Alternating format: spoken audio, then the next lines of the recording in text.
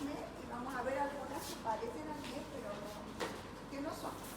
Empezamos con el acné, que el acné es un trastorno que es muy frecuente en todo el mundo, es más frecuente en la adolescencia, es más de manejo del especialista, ¿no? Del dermatólogo, pero como es tan frecuente, es bueno que ustedes conozcan por qué se produce y también cuáles son los tratamientos, ¿de acuerdo? Entonces, es un trastorno que afecta a los folículos pilosebáceos, más frecuente en la adolescencia, pero vamos a ver que hay algunas clases de acné que no hacen la adolescencia. Tiene que haber tres factores que lo van a propiciar, que es la presencia de sebo, la queratinización del óseo folicular, o sea, donde el orificio por donde sale el pelo, y la proliferación del Propionobacterium acnes. La localización más frecuente es el rostro, la región submandibular y la región dorsal. Generalmente es asintomático, pero hay algunos pacientes que pueden sentir prurito, y cuando hay lesiones inflamatorias, cuando es un acné inflamatorio, puede también acompañarse de dolor. La lesión hepatoneumónica son la presencia de comedores que pueden ser abiertos, que son los espinillos que ustedes conocen, y comedores cerrados, que son pequeñas pápulas color piel que no tienen el óseo abierto. Ya. Aparte de eso, van a haber pápulas eritematosas, pústulas, nódulos, quistes. Esto se va sumando dependiendo el grado del acné. Si va a ser leve, si va a ser moderado, si va a ser severo. Pero siempre tiene que tener comedores. Y además también se va a valorar, hay casos que pueden ser en grado moderado a severo, puede ser inflamatorio o no inflamatorio. El acné, otras formas, este es el acné en general, y vamos a ver, hay formas de acné que tienen sus particularidades. Por ejemplo, el acné cosmético, que se caracteriza solo por comedones, que es el acné comedoniano. Ahora, hay personas que tienen tendencia a tener acné, pero que no es cosmético. El cosmético es por usar cremas, sean maquillajes o cremas humectantes, hidratantes, que sean comedogénicas, taponan esos poros, esos folículos, y propician la formación de comedones. Por eso que es importante, cuando recomienden una crema para la cara o ustedes usen, que tiene un protector solar, por ejemplo, que se usa mucho ahora, que debemos usar, tiene que decir no comedogénico. Eso es una particularidad, ¿ya?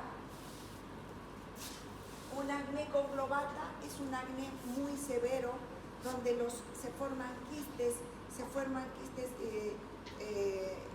intradérmicos, inclusive, y se interconectan entre sí y forman grandes lagos y confus también. El acné queloidiano es cuando el acné, esa inflamación propicia la formación de cicatrices queloides. Ahí tiene que haber igual una predisposición genética a tener queloides. Reacciones acneiformes. Este no es un acné propiamente dicho, es como una alergia a algunas sustancias, generalmente medicamentos como corticosteroides y la vitamina B, particularmente la B12. Hay otros medicamentos como la isoniazida y otros que pueden también propiciar la reacción acneiforme. En este caso no van a haber comedones. En la reacción acneiforme no hay presencia de comedones, solamente van a haber pápulas eritematosas y pústulas, sobre todo en el tronco, y de una aparición abrupta. No es una persona que tenía acné, no puede tener, pero no es la regla que tenga acné, y de repente aparece un acné en una semana que se va extendiendo. Puede ser asintomático o puede ser sintomático. Y si hacemos, ahí tenemos que hacer generalmente anamnesis dirigida.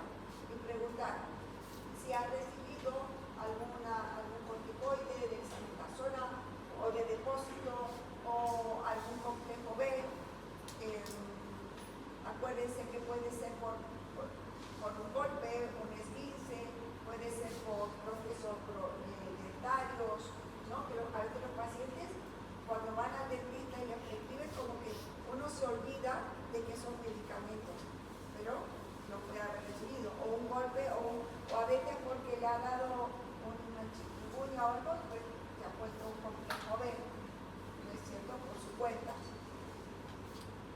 El acné hormonal, sobre todo en pacientes de sexo femenino, hay un aumento de andrógenos, y esto se da sobre todo entre los 20 y 25 años, y generalmente se asocia al síndrome de ovario poliquístico. Entonces, suele haber irregularidad menstrual, suele haber caída de pelo, y hay los casos muy avanzados que hoy en día es difícil de ver porque las pacientes acuden a consulta a tiempo, la presencia de hirsutismo. Estos son los componentes del síndrome de ovario poliquístico. El acné neonatal, que se da en los bebés, en los recién nacidos, porque han recibido, todavía reciben las hormonas de la mamá. El acné solar, ¿no? Después de una exposición solar. El acné por estrés. Puede haber brotes o puede ser que un brote de acné empeore con el estrés, ¿de acuerdo? Y ahí también está el acné escoriado, que es ese acné que el paciente se ha apretado y va dejando manchas y puede significar un estado de ansiedad de parte del paciente que también tenemos que investigar. Y el cloracné o acné ocupacional, que se da por exposición a hidrocarburos clorinados por uso tópico, inhalación o ingestión, que eso se da para algunos pacientes en algunas fábricas o en talleres mecánicos pueden presentar.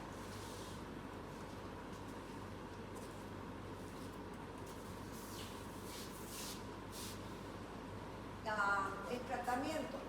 Como hemos visto que el acné tiene varias formas clínicas, ¿verdad? Entonces, si vamos a diferenciar el tipo de acné, por eso el dermatólogo va a dar tratamiento según cada paciente. Contrario a lo que muchas personas, por la frecuencia del acné, creen que es un tratamiento que es fácil, no es así, es un tratamiento de control, para empezar. No podemos asegurar una cura. Lo que pasa es que con el acné de la adolescencia, con el tiempo, se va como que regularizando esa interacción entre las glándulas sebáceas, los niveles hormonales, entonces se va ahí normalizando y va mejorando solo.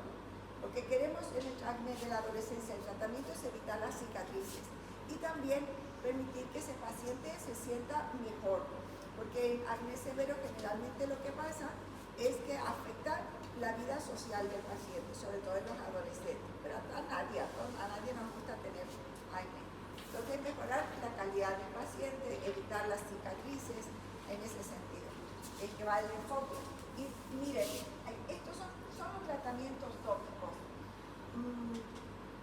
Quiero que ustedes recuerden algunas cosas, por ejemplo, que la tretinoína y el peróxido de bencilo solo se aplica en las noches, porque es fotosensibilizante. Estos son de venta libre, sobre todo el peróxido de bencilo, hasta propagandas en la televisión.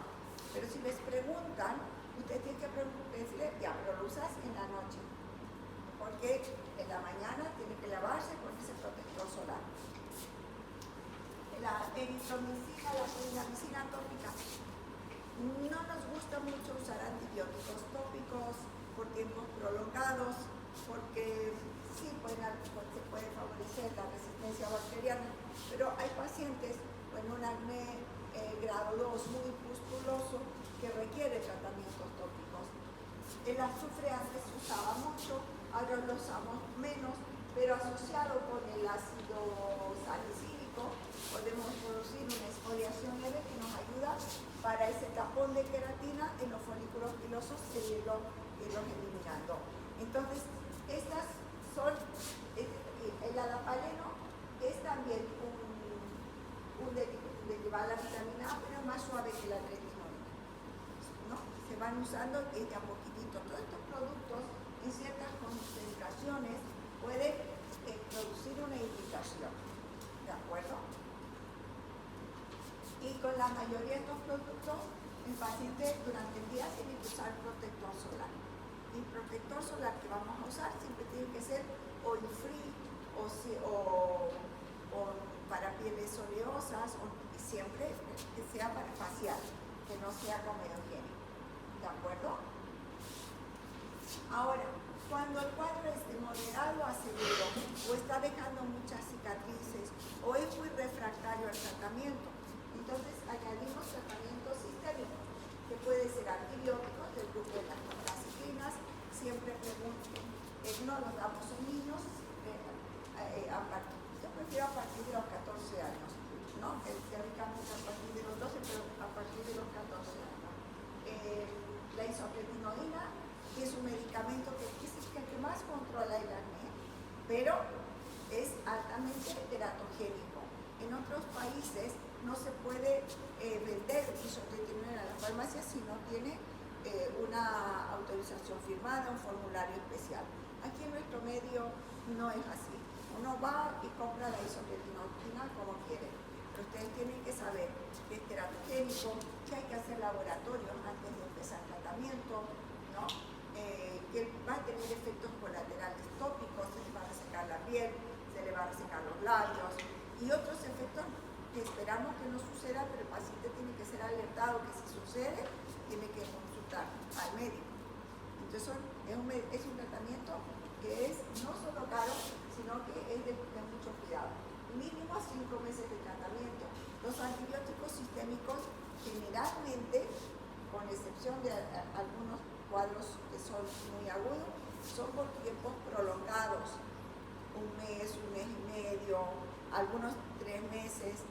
Tienen que siempre ver el perfil hepático, en el caso de la isotretinoína, desde embarazo, usar un anticonceptivo, eso se tiene que orientar muy bien.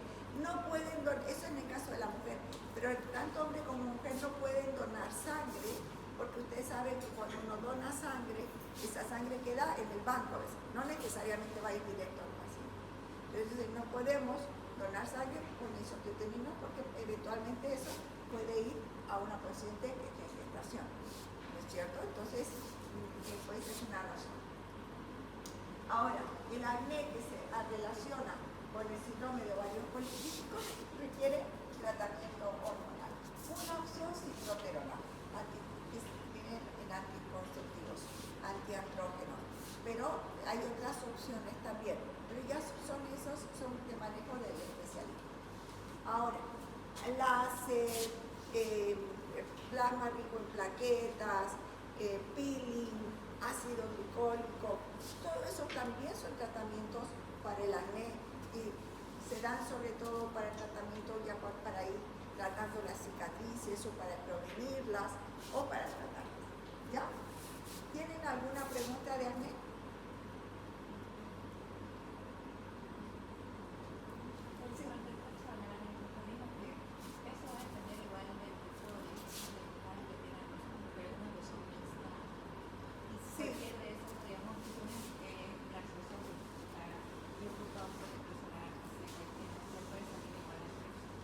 En general, si el paciente compra en una farmacia que el protector solar sea certificado, ¿no?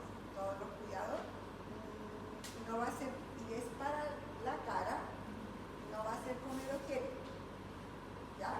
Si lo compran en el mercado, puede ser que sean falsificados o que hayan estado sometidos al calor porque los traen de contrabando, y entonces ya pierden esa eficacia. Pero en farmacia, en general, o en lugares que sean serios, que no tengan esas situaciones, puede ser, pero que se para la cara. Me preguntan si el paciente con acné, el tipo de cara, si es piel mixta, si es oleosa. Bueno, entonces, el factor de protección, eso lo vamos a hablar después en fototerapia. Generalmente hoy en día usamos factor de protección 50. tiene que ser no comedogénico, o sea que tiene que ser para la cara. Ahora, en general para las pieles oleosas o pieles mixtas, los protectores dicen oil free, toque seco, no oleoso, son términos, o también efecto mate, son términos pues, que indican que son para pieles oleosas. La mayoría de las personas con acné tienen piel oleosa.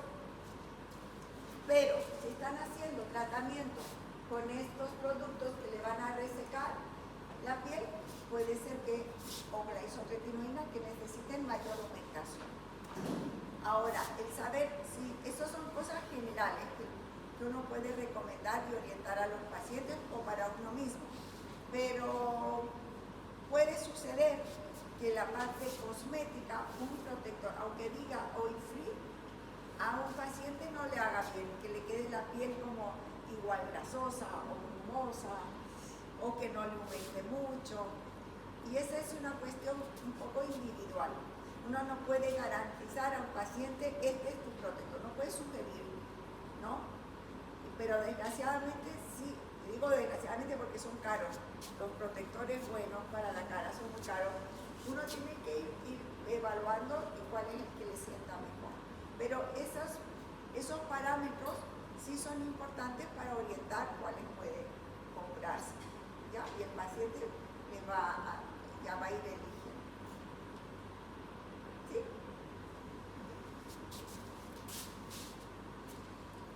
Rosácea. Antes se la conocía como acné rosácea, ahora preferimos el término solo rosácea.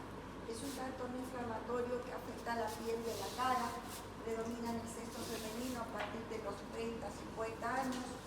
Hay una alteración en el control térmico en el hipotálamo anterior, con un predominio en la actividad del parasimpático, lo cual va a llevar a una vasodilatación en la cara, sobre todo cuando se asocia con estas situaciones que producen calor. La exposición al sol, tomar alcohol, aunque sea un poquitito, no estoy hablando de ingestas de alcohol exageradas, un poquitito, media copa de vino, ya se pone roja la cara. Comidas calientes, comidas picantes, cocinar en vapor de la cocina, todo lo que produzca calor al nivel de la cara, en la persona con rosácea va a producir esta vasodilatación. En algunos casos se puede asociar con este ácaro, que en realidad es saprófito. Todos tenemos el Demodex folliculorum, o casi todos, pero algunos pacientes con rosácea tienen también una proliferación exagerada de Demodex folliculorum. Hay una entidad aparte que no es rosácea, que solo demodecidosis, cuando este ácaro prolifera en la cara y parece como un acné, pero no es acné, ¿ya? Pero como no es tan frecuente, no lo tomamos. Y algunos estudios que relacionan con gastritis por el Helicobacter, pero no son todos, ¿ya? Es un cuadro asintomático, es crónico, y ya dijimos, esos son factores importantísimos para poder diagnosticar, y además que van a ser parte del manejo de la rosácea. Tenemos clínicamente una rosácea de estadio 1, que se caracteriza por eritema en las mejillas, en el dorso nasal, y luego se extiende al mentón y a la piel. Cuando el cuadro va avanzando, está siendo controlado, se torna en un estadio 2 inflamatorio, van a haber presencia de telangiectasias, pápulas, pústulas, no hay comedones, esa es la diferencia con el acné, ¿no? Y puede haber compromiso ocular, inclusive puede haber una rosácea ocular pura, sin lesiones en la cara, pero generalmente ya hay algunas lesiones en la cara. Y el estadio 3, cuando comienza a haber un edema indurado, o sea, la piel de la cara está engrosada, pero espesas profundas, por edema crónico. Y cuando esto se produce, la nariz comienza a haber un engrosamiento de la nariz, se llama rinofima. El rinofima es mucho más frecuente en los pacientes del sexo masculino, más que en el paciente del sexo femenino.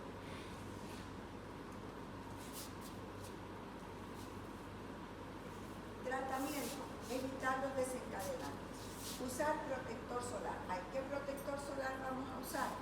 Entonces, vamos a usar protectores. Ahí hay otros que también encarecen, que tienen algunos componentes para compensar el enrojecimiento. Entonces, si se puede, un protector solar que sea para pieles enrojecidas, para rosáceas, hay algunos nombres comerciales. Pero no importa si no puede suponer, también encarece más, con que sea un factor 50 y para la cara es suficiente. Factor 50 más y aplicar varias veces al día. El metronidazol tópico, en gel o en crema, en gel si es una piel oleosa, en crema si es una piel mixta o seca. Y los tratamientos sistémicos, bueno, la ivermectina también viene en forma tópica, ivermectina al 1%, también se puede usar en pacientes con rosácea. Y las tetraciclinas y la isotretinoína o ivermectina por vía sistémica en los casos más severos. Cuidado, tanto en el acné como en la rosácea están contraindicados los corticoides tópicos. A veces tenemos cuadros muy severos que a modo de salvataje usar corticoides sistémicos. Un periodo cortito, añadido con otro, pero no es tratamiento y más bien va a empeorar el acné y va a hacerlo mucho, y la rosácea también. ¿Alguna pregunta con rosácea? Después vamos a ver algunas imágenes. Foliculitis, foliculosis, carbúnculo. Todos estos son cuadros infecciosos producidos por Staphylococcus aureus. La foliculitis es más superficial, está localizada en la apertura del folículo de forma superficial. Puede o no haber prurito.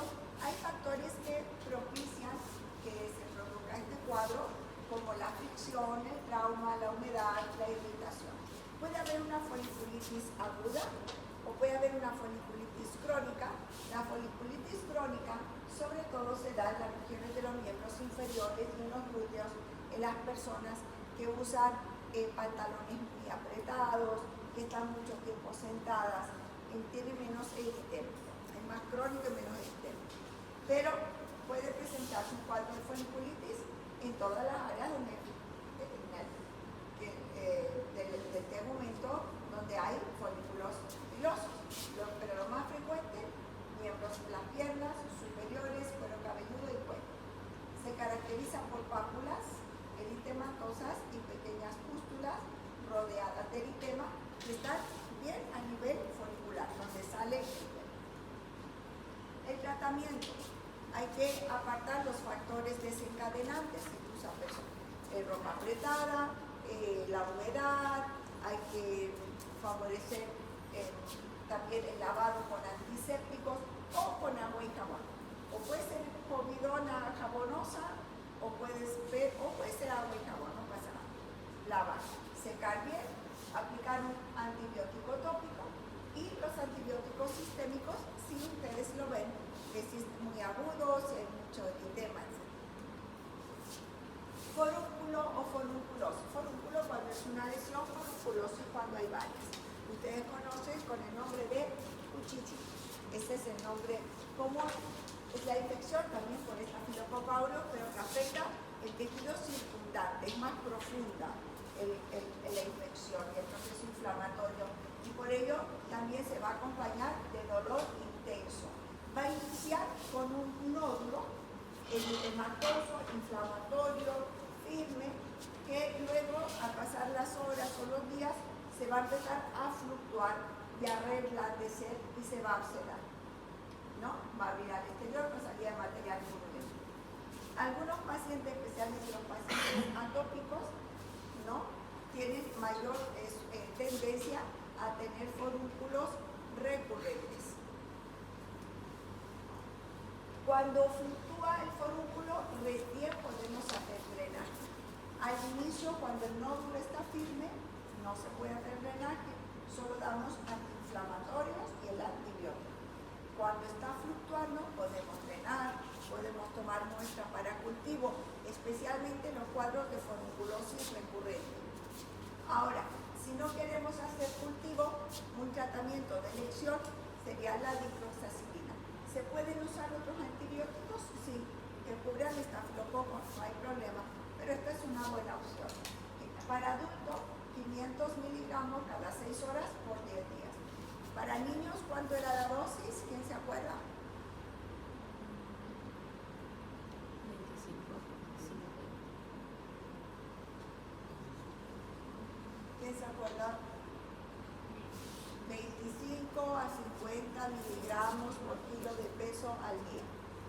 Va a depender de la severidad del cuadro. Si elegimos la dosis mínima, la dosis máxima o una intermedia también para según los kilos de peso.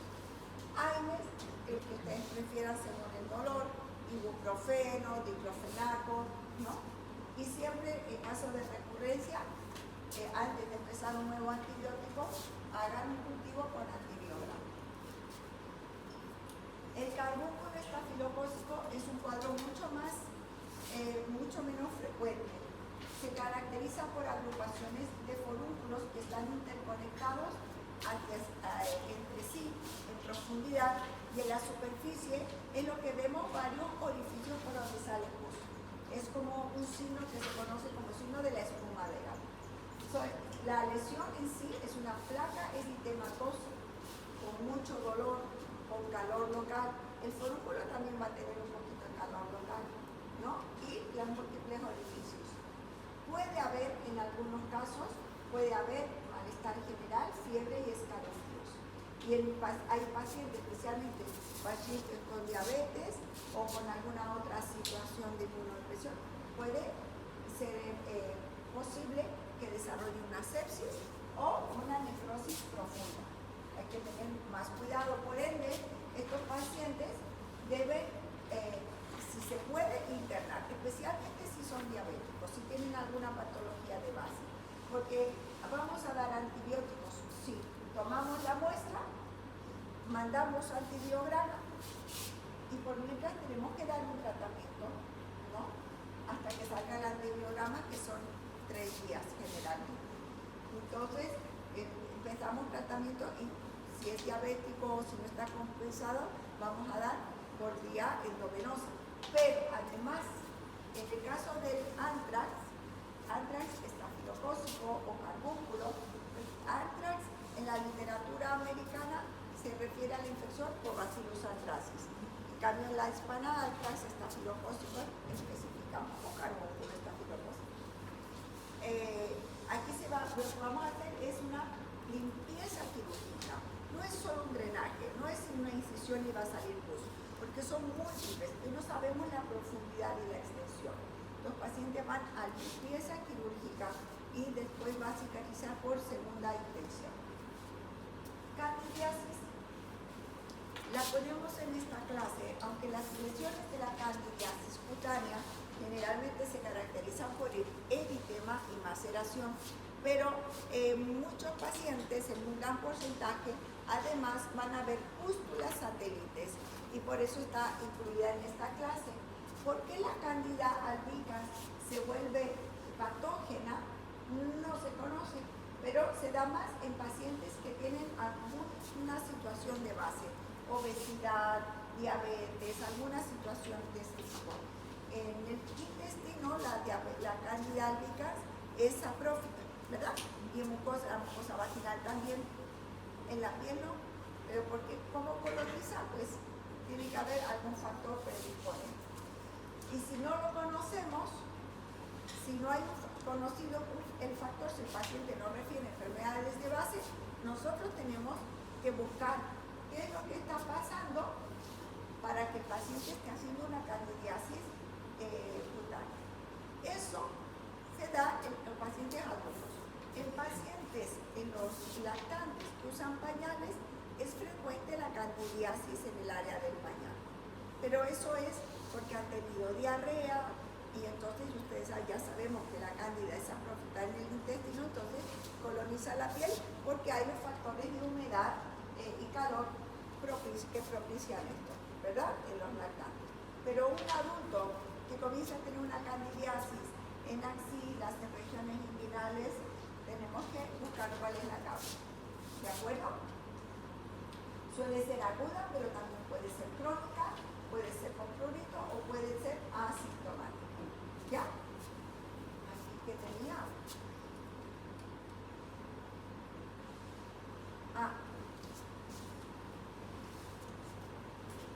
Esta, la que yo les he mencionado ahora, es la candidiasis en realidad que había aumentado esto. Es la cándida, la más frecuente, la candidiasis cutánea, es el intertrigo candidiásico o intertrigo micótico, que es el que se da en los pliegues, ¿de acuerdo? Ahora, otras candidiasis, está la candidiasis oral, que no vamos a ver ahora, el berreche, que no vamos a ver ahora, la paronitia, que es la infección alrededor de las uñas, que tampoco vamos a ver ahora, la onicomicosis y la balanopostitis en el gato, ¿no?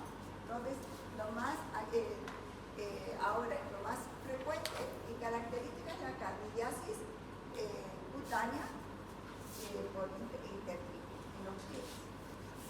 Tratamiento: usar ropa de algodón, mantener la piel seca, usar antimicóticos tópicos como nistatina, derivados de imidazólicos, ketoconazol. Eviten las combinaciones con corticoides, que son muy frecuentes. Los medicamentos que dan para 3 cosas, 4, evítenlos. Si tienen diagnóstico, siempre apunten tratamiento para ese diagnóstico. Y en casos que son más severos, podemos dar tratamiento con antimicóticos sistémicos. Acuérdense que la nistatina no se absorbe en el intestino, entonces la nistatina podemos usarla en forma tópica, en una candidiasis cutánea, pero no sintética. Una sintética va a ser para una candidiasis, por ejemplo, intestinal, mover, ahí sí, pero no para la candidiasis cutánea. Tópicas, en vía oral podemos usar ketoconazol, podemos usar ibraconazol, podemos usar fluconazol también, llega muy bien con la carne.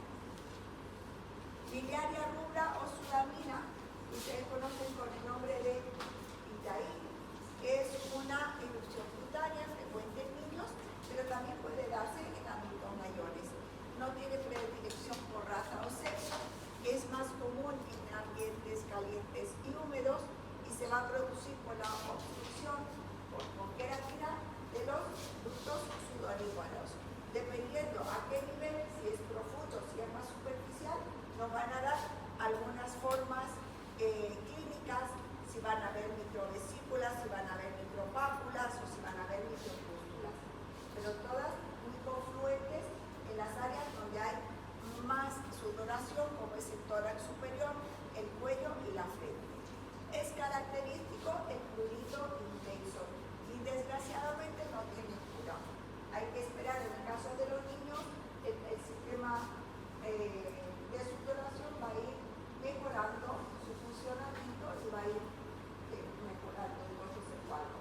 Y en los adultos mayores, eso, y en las personas que tienen diabetes, que también, o que tienen disturbios, que tienen hiperhidrosis, en los pacientes también puede darse una miliaria rural.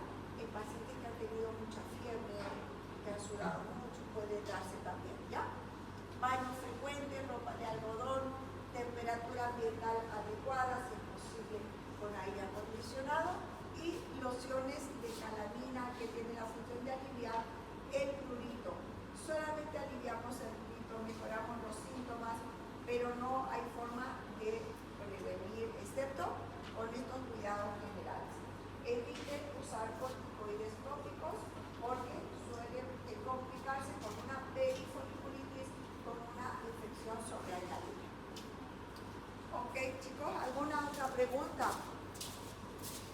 Ahora vamos a ver algunas imágenes, si no tienen preguntas.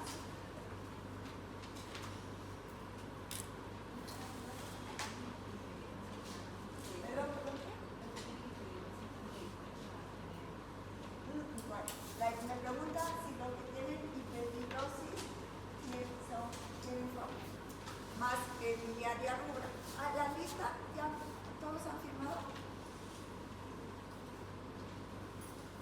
En verdad, la hiperhidrosis,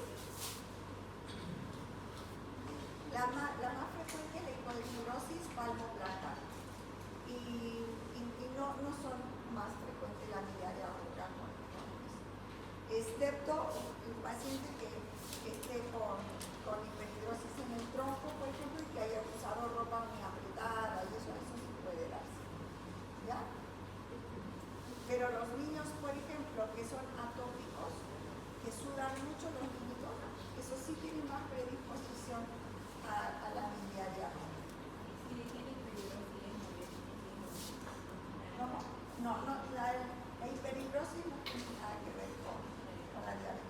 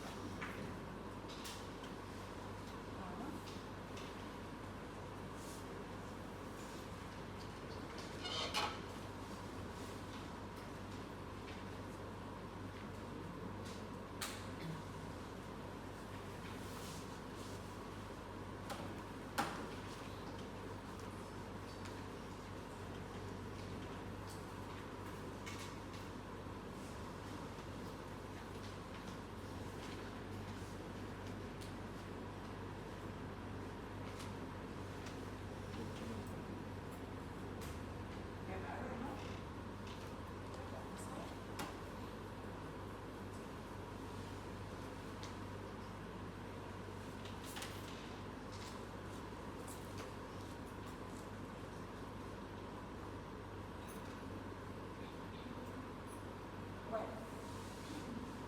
Aquí vamos a ver un paciente que tiene un acné moderado. ¿Por qué? Porque tiene pústulas, porque tiene pápulas eritematosas, algunas más grandes, y se ve con un eritema bastante importante, ¿no? Aquí hay un paciente que tiene, aquí no se evidencian los comedones, tiene mucho eritema, tiene muchas pústulas, tiene pápulas eritematosas, pero la piel, si se fijan, como que está muy, toda la piel está indurada, y es en las mejillas, aquí también tiene en la frente. Es un acné, una rosácea. Este es un acné grado 2. En esta paciente vemos aquí hay comedones cerrados, los puntos negros, tenemos comedones abiertos, hay pápulas eritematosas y tiene muchas máculas eritematosas, hipercrómicas, máculas eritematosas e hipercrómicas. Esto puede suceder por inflamación, por ejemplo, estas lesiones aquí eritematosas, estas pápulas eritematosas que al resolver van dejando manchas en una paciente que tiene predisposición, o puede ser que se ha apretado los granitos, y entonces favorece la inflamación y favorece las manchas residuales. Este es un acné queloidiano. Aquí vemos como al resolverse toda la inflamación va produciendo queloides. Entonces este paciente sí es un candidato para hacer isotretinoína lo más potente que se pueda y además ir tratando los queloides. Puede ser con láser, puede ser con infiltraciones de triamcinolona. Y cuando se dan estos queloides, cuando dan en la cara, en las regiones submandibulares, estéticamente afecta mucho al paciente. La interacción social se ve realmente afectada. Ahora, cuando es en la espalda y cuando es en la región, en el tórax anterior, aunque lo cubran, bueno, pero produce hasta a veces dolor y mucho prurito, porque el queloide cuando está proliferando se acompaña de prurito. Entonces realmente es bastante difícil de llevar. Este es un acné ya del tipo más conglobata. Fíjense cómo se forman lesiones que son confluentes, hay pústulas, hay pápulas y hay nódulos profundos también. Y están todos juntos y van dejando estas cicatrices atópicas. Las cicatrices del acné son difíciles de tratar. Entonces, por eso tenemos que si al paciente realmente le importa, hacer tratamiento lo antes posible para evitar, porque después son difíciles y es caro y difícil mejorar. Aquí vemos un nódulo que a la palpación vamos a notar que fluctúa. Cuando empieza a fluctuar, el paciente siente que empieza a latir. Es como una pulsación que siente. Nosotros a veces recibimos un paciente con un forúnculo en las fases iniciales, que es el nódulo, entonces no está listo para drenar. Le empezamos el tratamiento antibiótico, el antiinflamatorio, pero tenemos que decirle al paciente, puede ser que el antibiótico frene la evolución, que no llegue a ese punto, o puede ser que empiece el paciente, si le empieza como a latir, entonces quiere decir que va a tener que ir por emergencia o vuelve al consultorio, si es con ustedes, para hacer el drenaje. Ya saben ustedes, en cirugía le ha pasado a acceso drenado, acceso curado, ¿no? Eso tiene que hacerse, sin lugar a dudas. Ahora, como sabemos que la forunculosis, mira, aquí este tiene dos, uno aquí y otro. Este ya la está drenando, pero igual hay que hacer una limpieza, ¿no? A ver, que hacer una excisión limpia. A ver, aquí tenemos una paciente que presenta eritema en las regiones malares, eritema en las regiones malares, en el dorso nasal, es bilateral, pero fíjense que aquí también presenta a nivel de párpados, miren, hasta en el borde palpebral. Y tiene no solamente eritema, sino que tiene telangiectasias. En esta paciente son muy evidentes. La piel blanca, a veces con mucha exposición solar, tiene muchas telangiectasias y es difícil diferenciar. Pero en esta paciente la presencia de telangiectasias es bien evidente y además tiene pápulas y algunas pústulas. Esta es una paciente con una rosácea. Vamos a ver después algunos diagnósticos diferenciales, por ejemplo, una dermatitis seborreica que ya vimos puede a veces caracterizarse por el eritema centrofacial, pero suele tener escamas y comprometer los surcos nasales, los pliegues nasales. Una eritema anal de mariposa de lupus eritematoso sistémico puede ser un diagnóstico diferencial. Entonces, aquí la anamnesis es fundamental. Cuando toma algo caliente, cuando toma algo picante, le empeora, se le pone roja la cara, cuando sale al sol. Aquí un paciente que tiene mucho eritema, tiene pápulas eritematosas, tiene telangiectasias, podría ser un diagnóstico diferencial, una dermatitis seborreica, pero no tiene compromiso de los surcos nasales, donde generalmente la dermatitis seborreica tiene compromiso en esas áreas. Que a veces es un diagnóstico intermedio dudoso, les va a suceder. Entonces, ahí tenemos que un poquitito dar una terapia intermedia. Y para la dermatitis seborreica usamos corticoides, pero para la rosácea no. Entonces, tal vez sea algo más sistémico que tiene mucho eritema.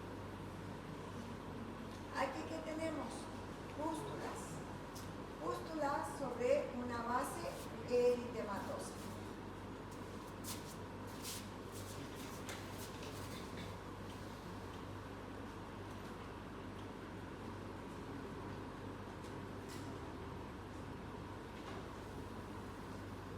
Miren, en esta imagen, aquí se ven los pelos, pero aquí, miren, este es el ósteo folicular.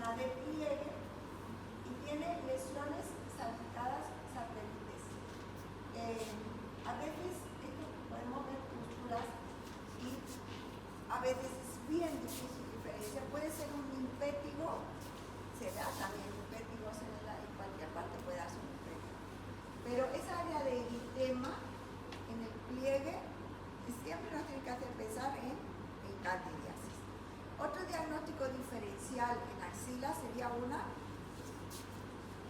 eritema y escamas, y si tiene prurito, una dermatitis de contacto alérgica. La candidiasis puede haber prurito, pero no suele ser severo. En la dermatitis alérgica sí suele ser muy severo el prurito. Y está el factor desencadenante. La dermatitis alérgica, generalmente el antecedente del desodorante, de algún contacto, ¿no? En la candidiasis no.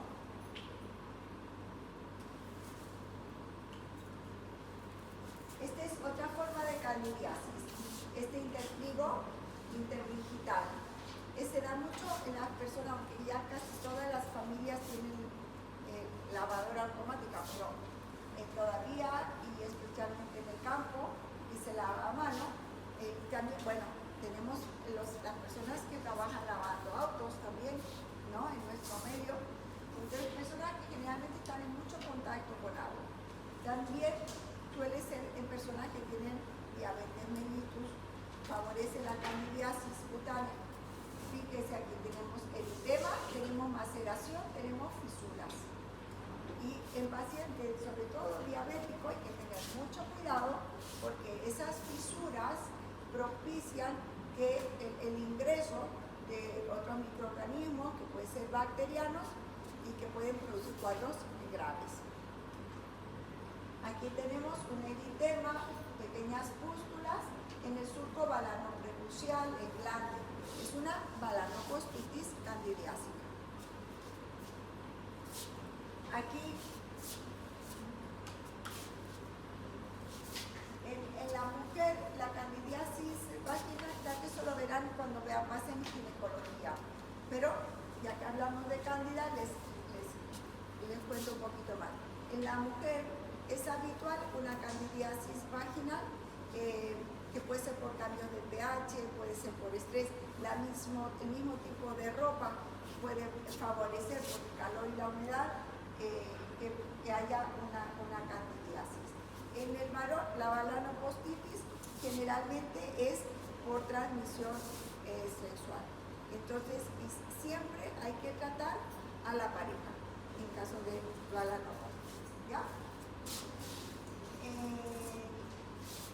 Bueno, y en la candidiasis vaginal también, pero en las que hacen recurrentes, generalmente porque algo no es por contagio sexual, sino por esos otros factores que les mencioné, ¿ya? Aquí tenemos una cuadro de una miliaria ruda, ¿no? Pequeñas pápulas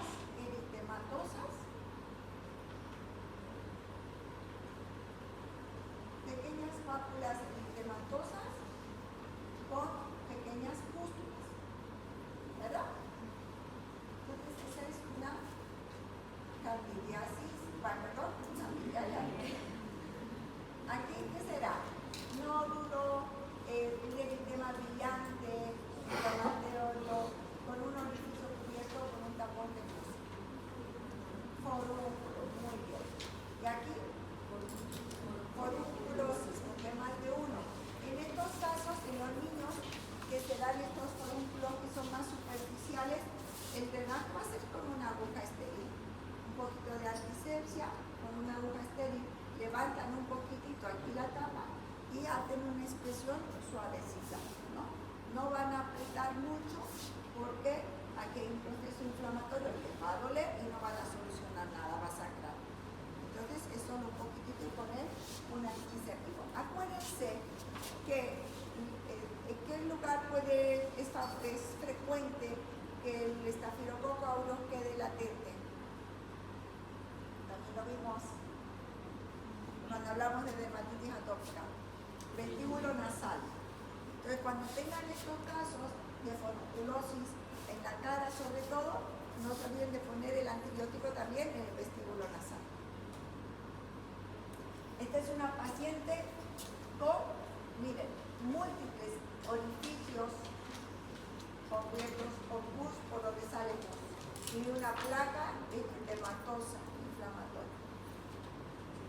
Es un carbúnculo estafilococcus. que a esta paciente no le saqué